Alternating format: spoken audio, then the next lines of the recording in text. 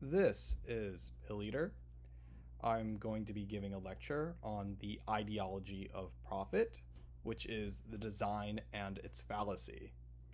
And I do this is because many people don't understand that profit is not a science. Profit is not this transaction, and supposedly I'm getting more, and that means in math, this is a bigger number and this increases wealth. I think that's all a fallacy. I'm going to hurt people's dreams with this one.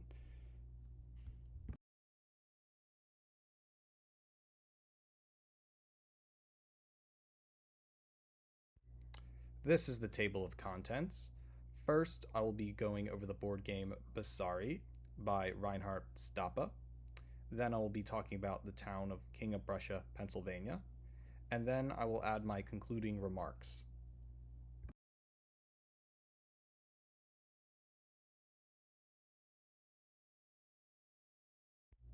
I first want to go over the difference within game design between the schools of narratology versus ludology. There are two different schools that dominate game design, but it is the former which remains very popular, and that's narratology. Narratology believes that games are storytelling devices and that only theme or narrative matters. This is an incredible fallacy, as this was recently invented, confusing AAA video games into movies and novels and such like that. It tends to downplay everything about design, computer programming, the function, the science. And in other words, it's snobby continental people going against analytical philosophy because a game is a machine.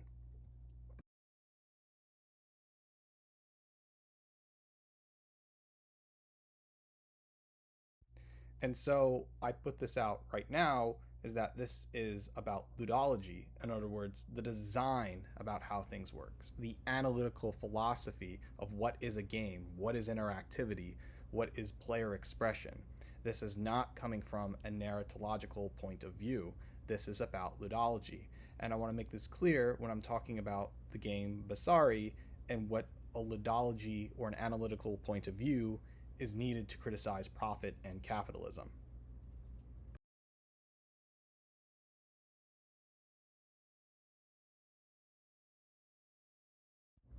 So Reinhard Stappe's Basari board game came out in 1998. It had a little bit of following in Germany and was reissued in Japan. I had this English edition right here, which was released 20 years ago. And it's a very interesting game because it focuses on bartering. As you can see on the board, up to four players compete to see after 3 rounds of play who has the most points. That remains a very dominant feature within Euro games. But don't get this wrong, Basari is a very interactive game because it becomes an open market deciding which value of red, green, yellow, or blue gems are the most important. And I'll explain.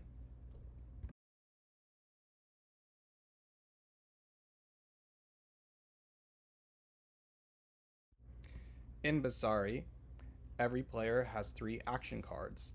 Instead of taking turns, everybody simultaneously puts down a card, like in Cosmic Encounter, and flips over the action. If all actions are different, everybody gets to do their action. But in a 4 player game, if 2 actions are the same, those players have to then barter or compete and decide who's going to use their action over who gets gems in return.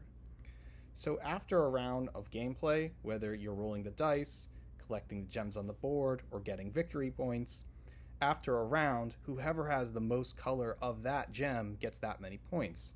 So in the hierarchy, you can see on the right side of the screen, red gets you 14 points if you have the most red. If you have the most yellow, you get 12 points. If you have the most green, 10 points. If you have the most blue, 8 points. And if you go around the board once, I guess that's 10 points.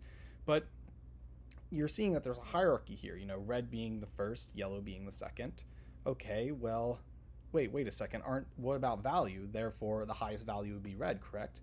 Not exactly, because not everybody has all of red, and you can't really get it if you have the most red. Somebody might have the most green, somebody have the most yellow. It's all depending on the circumstance that you can only earn that as the player with the highest color. And so it might even just be one player who has the most blue.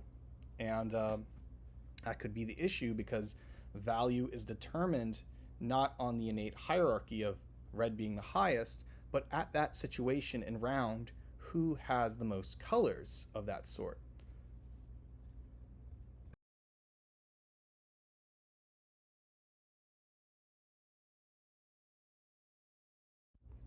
So, what we are seeing in the game of Basari is a type of barter economy where things are traded for things of equal value. Unlike a market economy, you get things for money.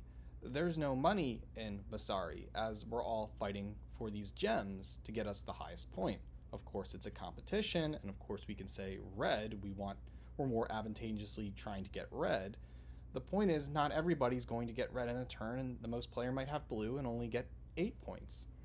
And so there is no money that can be overused over our bartering, over the trades. And think about this within a traditional society that, I can help build you the ladders to go on the tree to get the apples. And so that kind of economy is very subjective in its will. It's based on some kind of whim. And so Basari is that barter economy played out in a game, realizing that there is no innate hierarchy of value within red, even though it is 14 points, because it is subjectively made on that situational turn to help win the game. Maybe at that time you might have the most blue. And so this makes me think about what is profit. If I'm really trying to trade blue for a red, it might sound advantageous or scientific that I'm getting more wealth, but not really, because getting more is the abstraction of what we think is wealth, and this is a very postmodern construct, but I'll point it out this way.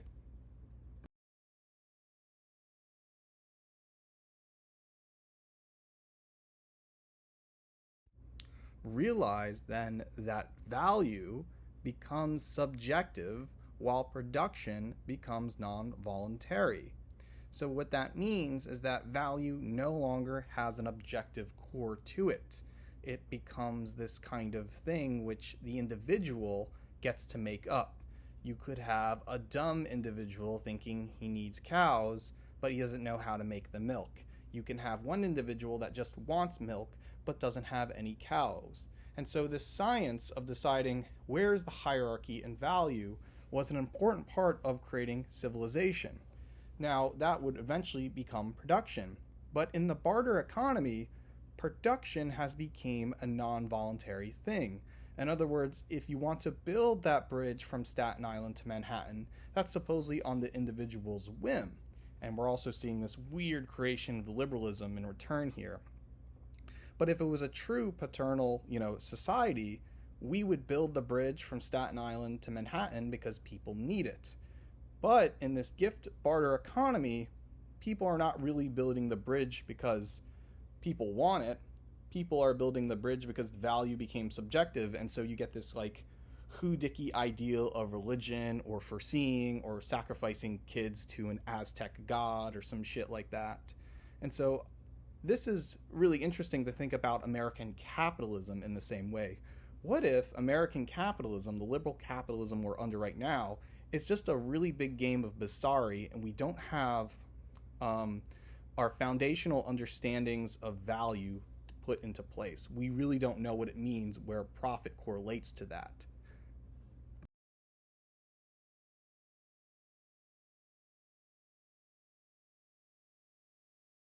Now, I'm not so sure if you know the YouTube user Quantum of Conscious, otherwise known as Matt.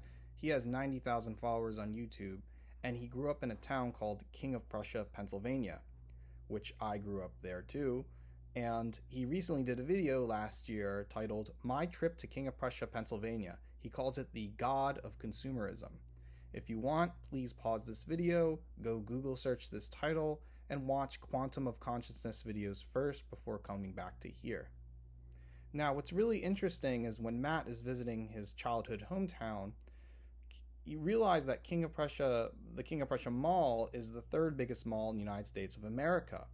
It has everything. It not only has a movie theater, it has kind of jewelry and clothing and electronics, and just like three malls attached to each other in walking distance. You can walk it all day and never get bored. But the problem is, it's a giant ghost town.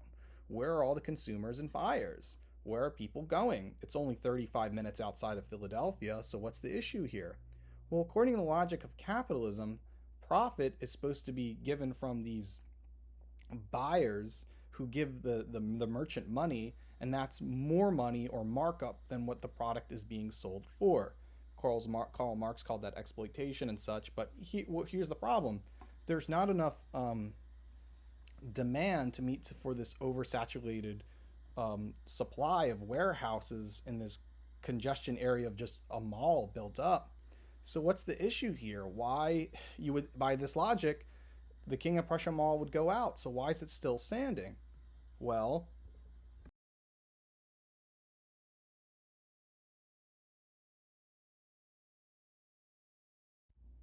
according to Matt, King of Prussia, Pennsylvania is a Potemkin village. It's fake.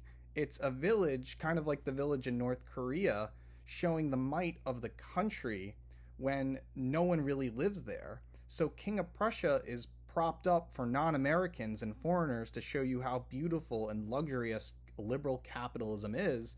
But when you go there, nothing's happening. It's a ghost town. It was all constructed and made up.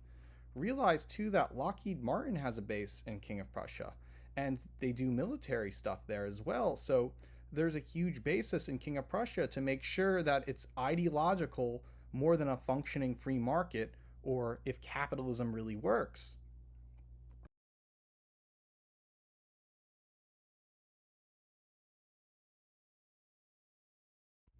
Accordingly, so when Milton Friedman retired, his son David also grew up around King of Prussia and met his wife there in Lower Merion.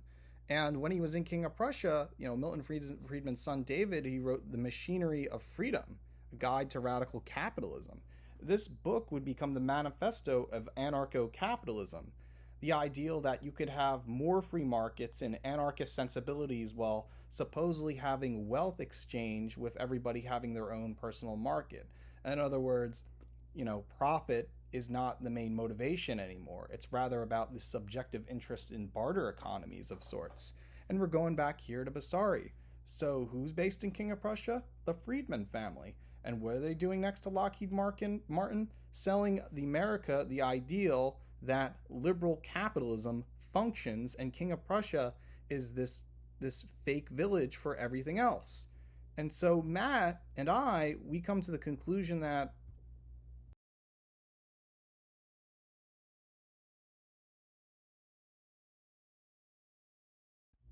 the American economy is literally fake and gay. The American economy, capitalism, is literally fake and gay. Everything is fake and gay in King of Prussia. There's nobody shopping. Wouldn't it close down by now? No, is because it's not about this numbers game of making more money than what you are selling. Because it has to prop up to show foreigners and everyone else liberal capitalism works. Profit in command is the best thing. But it goes to show, just like the North Korean village, capitalism is literally fake and gay.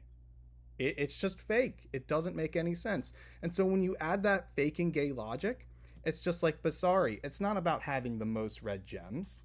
That's fake and gay. It's about who at that situation has that most color. If I have blue, I have green, I'll get that, and I'll get that many victory points. Whoever has the most victory points wins the game. Capitalism assumes that profit will always be in command, and that accordingly so we're based on those incentives to create innovation and freedom around profit. But that's just not true. It's rather the ideology of liberalism taking place through an economy that's pretending it's the diamond water paradox. What's more important, a diamond or drinking water? One, you'll either die or you'll either become a millionaire. It doesn't matter because it's fake and gay.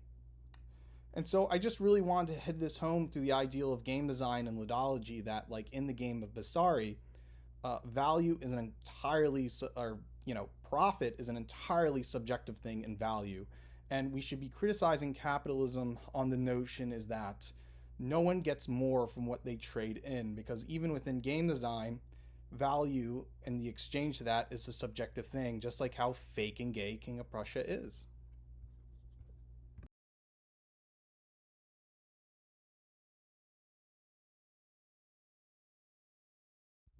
So, yeah, that's today's lecture on July 18th, 2024. And I just want to say thanks for watching.